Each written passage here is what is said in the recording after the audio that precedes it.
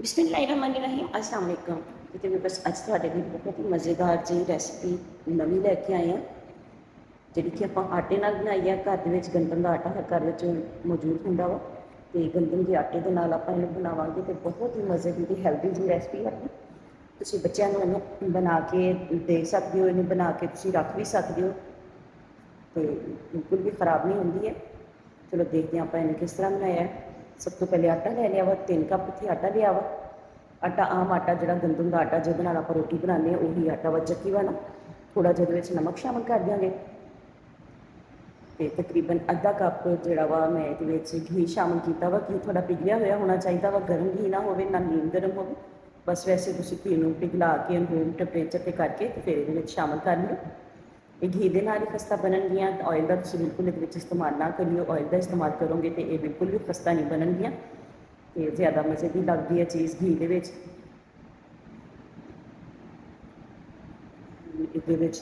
चाहो तो तुम मैदे नाल भी बना सकते हो। मैं ये चीनी शामिल कर दी है पीसी हुई। 3 कप मैदा सीगा, सॉरी 3 कप आटा से तो 2 कप जो चीनी पीस के शामिल कर दी है। बाज़ लोग मीठा ज़्यादा खाते हैं तो फिर तुम वो हिसाब के नाल जिन्ना थोड़ा आटा वो उन्नी चीनी भी तुम ये शामिल कर सकते हो, कोई इशू नहीं है। मिक्स कर लेंगे इन्हूं अच्छे तरीके के नाल। तुहानूं वीडियो चंगी लगे तो लाइक तो शेयर जरूर करें। जो चैनल पर नवे हैं तो चैनल को सबसक्राइब करके जाए, जो नाल बेल आइकन को जरूर प्रेस करें ताकि आने वाली वीडियोज़ का नोटिफिकेशन तुहाडे तक आसानी नाल पहुँच सके। तो ये हुण आपां दूध शामिल करांगे। मैं अंदाजे नाल दूध शामिल किया, लेकिन तुसीं जे तुहानूं अंदाज़ा नहीं है, बिगनर्स आ तो थोड़ा थोड़ा करके दूध शामिल करियो ताकि तुहाडा जिहड़ा आटा ना पतला ना हो जाए।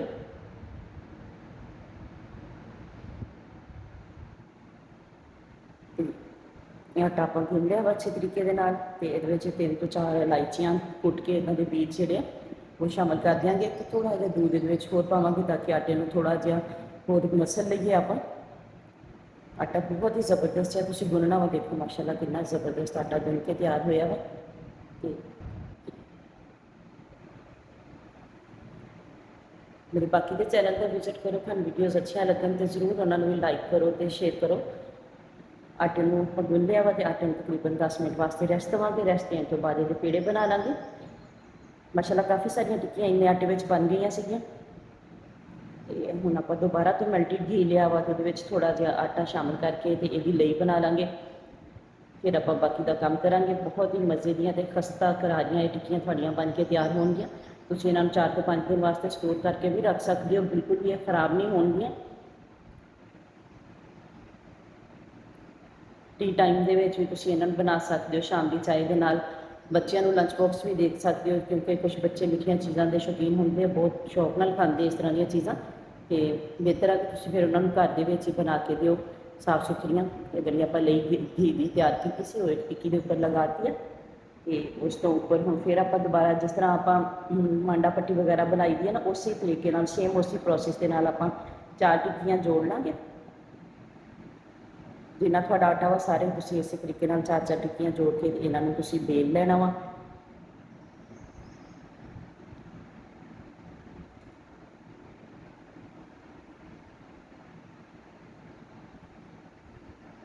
नॉर्मल जी थिकनेस के तुसीं इन्हां नूं बेलना, बहुत ज़्यादा बारीक नहीं करना। तो रोटी आपां बेल लई है। हुण इहदे उपर दोबारा जिहड़ा आपां घी ते आटा मिक्स करके रखिया सी लगावांगे तो इनू टाइट जिहा फोल्ड करांगे जिस तरह आपां पराठे वास्ते फोल्ड करीदा वा आटे नूं। तुसीं चाहो तो तुसीं एक टिक्की नाल भी ये सारा प्रोसैस कर सकते हो, लेकिन इस तरह जो 3-4 टिक्कियां जोड़ के तुसीं बनाओगे तो वो बहुत जबरदस्त लेयर्स बननगियां, ज़्यादा खस्ता तो ज़्यादा मज़े दियां बननगियां टिक्कियां तुहाड़ियां। इन्हूं मैं हाफ रोल जिहड़ा वा कट के साइड पर कर दिता वा तो बाकी का जिहड़ा हाफ आ उन्होंने थोड़ा जिहा फिर लंबा कर लांगे। तो इस तरीके नाल थोड़े थोड़े फासले के हुण इहनूं कट लगा लो। फ्राई तुसीं इन्हां नूं बिल्कुल ध्यान नाल करना वा, फ्राई करन लगियां गलती नहीं करनी। इसलिए तुसीं वीडियो नूं छड्ड के किते नहीं जाना, तुहानूं अगे जाके दस्सांगी कि फ्राई तुसीं इन्हां नूं किस तरह करना वा। वीडियो में बिल्कुल भी स्किप ना करिया करो, इन्नी गर्मी में बहुत ही मुश्किल के नाल वीडियो बनती है। तो यह देखो इन्हों आप इस तरह थोड़े थोड़े दबा के तो छोटिया छोटिया टिक्कियां की शक्ल दे लेनी हथ के नाल ही। हुण तुसीं इन्हों बेलन वगैरह नहीं चलाना इन्हों के उपर। तो देखो माशाअल्लाह कितनी जबरदस्त लेयर्स इन्हों के आईयां। ਤੇ ਥੋੜਾ ਜਿਹਾ ਘੀ ਦਾ ਹੱਥ ਲਗਾ ਕੇ ਇਹਨਾਂ ਨੂੰ ਰੱਖ ਦਿਓ ਤੇ ਇਹਨਾਂ ਨੂੰ ਹੁਣ ਆਪਾਂ ਫਰਾਈ ਕਰਾਂਗੇ। ਘੀ ਗਰਮ ਕਰ ਲੈਣਾ ਵਾ ਤੇ ਉਸ ਤੋਂ ਬਾਅਦ ਤੁਸੀਂ ਫਲੇਮ ਨੂੰ ਮੀਡੀਅਮ ਕਰ ਦੇਣਾ ਵਾ। ਮੀਡੀਅਮ ਫਲੇਮ ਤੇ ਤੁਸੀਂ ਇਹਨਾਂ ਨੂੰ ਜਿਹੜਾ ਵਾ ਨਾ ਫਰਾਈ ਕਰਨਾ ਵਾ। ਜੇ ਫਲੇਮ ਤੁਹਾਡਾ ਤੇਜ਼ ਹੋਏਗਾ ਜ਼ਿਆਦਾ ਤੇ ਉਹਦੇ ਨਾਲ ਕੀ ਹੋਏਗਾ ਕਿ ਜਿਹੜੀਆਂ ਟਿੱਕੀਆਂ ਤੁਹਾਡੀਆਂ ਬਾਹਰੋਂ ਜਿਹੜੀਆਂ ਜਲਦੀ ਕਲਰ ਪਕੜ ਲੈਣਗੀਆਂ ਤੇ ਅੰਦਰੋਂ ਕੱਚੀਆਂ ਰਹਿ ਜਾਣਗੀਆਂ। ਤੇ ਇਸ ਲਈ ਫਰਾਈ ਕਰਦਿਆਂ ਹੋਇਆ ਤੁਸੀਂ ਬਿਲਕੁਲ ਇhtiyat ਦੇ ਨਾਲ ਕੰਮ ਕਰਨਾ ਵਾ। ਬਹੁਤ ਹੀ ਮਜ਼ੇ ਦੀਆਂ ਤੇ ਖਸਤਾ ਕਰਾਰੀਆਂ ਆਪਣੀਆਂ ਮਿੱਠੀਆਂ ਟਿੱਕੀਆਂ ਬਣ ਕੇ ਤਿਆਰ ਹੋ ਰਹੀਆਂ ਵਾ। ਤੁਸੀਂ ਚਾਹੋ ਤਾਂ ਇਹਦੇ ਵਿੱਚ ਥੋੜਾ ਜਿਹਾ ਨਾ ਸੌਂਫ ਵੀ ਸ਼ਾਮਿਲ ਕਰ ਸਕਦੇ ਹੋ। ਸੌਂਫ ਦਾ ਥੋੜਾ ਜਿਹਾ ਪਾਊਡਰ ਵੀ ਸ਼ਾਮਿਲ ਕਰ ਸਕਦੇ ਹੋ, ਲੇਕਿਨ ਮੈਂ ਨਹੀਂ ਕੀਤਾ। ਤੇ ਦੇਖੋ ਮਾਸ਼ਾਅੱਲਾ ਮਾਸ਼ਾਅੱਲਾ ਕਿੰਨੀ ਜ਼ਬਰਦਸਤ ਫਾਈਨਲ ਲੁੱਕ ਇਹਨਾਂ ਦੀ। ਦੇਖੋ ਕਿੰਨੀਆਂ ਲੇਅਰਸ ਇਹਨਾਂ ਦੀਆਂ ਨਜ਼ਰ ਆ ਰਹੀਆਂ ਵਾ। ਤੇ ਇਹ ਜੇ ਤੁਸੀਂ ਇੱਕ ਹੀ ਰੋਟੀ ਨਾਲ ਵੇਲ ਕੇ ਬਣਾਉਂਦੇ ਤਾਂ ਫਿਰ ਇੰਨੀਆਂ ਲੇਅਰਸ ਨਹੀਂ ਸੀ ਆਉਣੀਆਂ, ਮਜ਼ੇ ਦੀਆਂ ਤੇ ਫਿਰ ਵੀ ਬਣਨੀਆਂ ਸੀ। ਤੇ ਇਹ ਦੇਖੋ ਮਾਸ਼ਾਅੱਲਾ ਮਾਸ਼ਾਅੱਲਾ ਕਿੰਨੀਆਂ ਜ਼ਬਰਦਸਤ ਟਿੱਕੀਆਂ ਮਿੱਠੀਆਂ ਆਪਣੀਆਂ ਤਿਆਰ ਹੋ ਗਈਆਂ ਵਾ।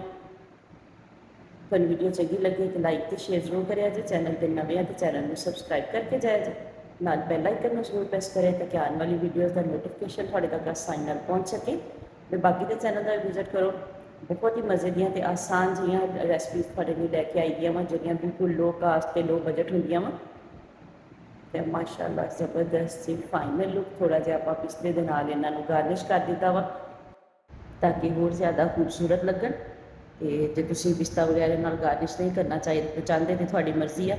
ਤੇ ਮਿਲਦੇ ਹਾਂ ਨੈਕਸਟ ਵੀਡੀਓ 'ਚ। ਉਦੋਂ ਤੱਕ ਲਈ ਅੱਲਾ ਹਾਫਿਜ਼।